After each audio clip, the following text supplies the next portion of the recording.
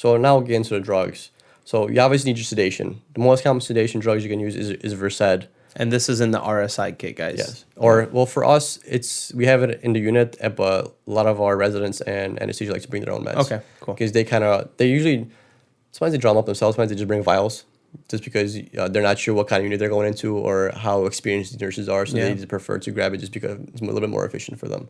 That's what they prefer.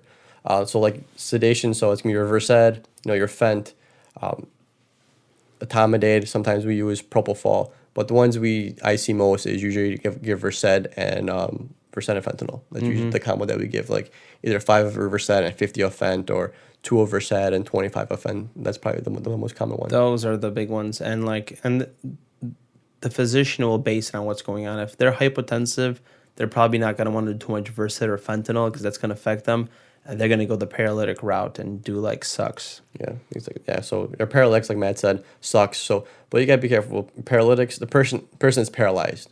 So you kind of do want to sedate them a little bit because, they can't move. So imagine if you didn't sedate somebody and they're paralyzed. Right. But you're completely with it. That's probably the scariest shit in the world. Yep. It's probably so scary. I mean, I probably would freak out. I'd probably be traumatized, man, if I'm paralyzed and not sedated at all. To give them a little bit of sedation. Yeah, they might be hypotensive, but give them like at least a little bit of something. Yeah. Another paralytics that I guess people use there's like a rocorium, anything with an eum. That's more in the OR type of thing. Yeah, so those drugs, you need high doses, and they don't act as quick compared to a Sux. Sux is probably the most common one that we use. Dude, I remember this one time I had this guy, and he was an HIV patient too, which made things worse because he was in full-blown ARDS.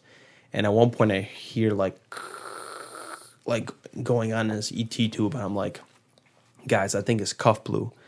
And like the intensivist was there, and she's just like, okay, we're gonna intubate. Out of nowhere, like I just get my day started. I'm just getting my routine in check, and like, dude, we're intubating this guy, and I'm like, guys, you guys are gonna have to leave the room. There's a bunch of family. There's a rabbi, all this stuff, and we're preparing the room. And like, long story short, you guys hear the process of intubating. What was crazy about this is like, this guy was an ARDS, and he was desatting so quick.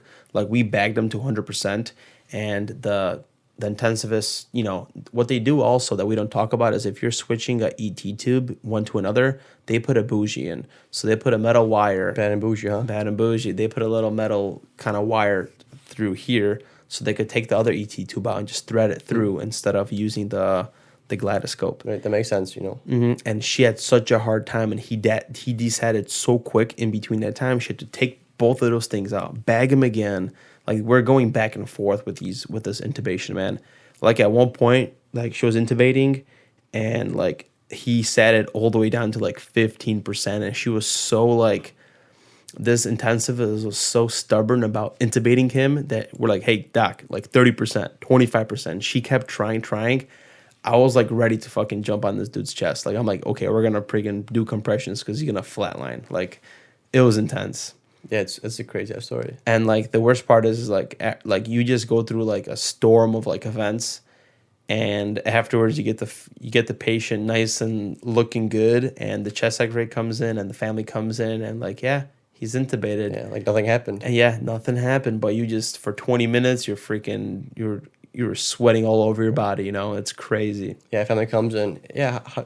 How was it? How did you do? How was intubation? It was good. A little bit harder than always, but we got it done. He tolerated it well. And your ass is sweating. You got sweat dripping down your ass, and you just tried for like 20 minutes trying to intubate this person. Like you said, he's had a 15%. That's insane. That's like almost cardiac arrest right there. That's how it sometimes is. I don't have any crazy stories to share because for the most part my intubation have been smooth. But I don't know if that's fortunate or unfortunate, or I'm sure I'm gonna have one intubation that's gonna come sooner or later where it's gonna be a fuck fest, but sorry for my language, but dude, you know how it is. Now we're not gonna be able to run YouTube because it's explicit content, man. Sorry. Good job.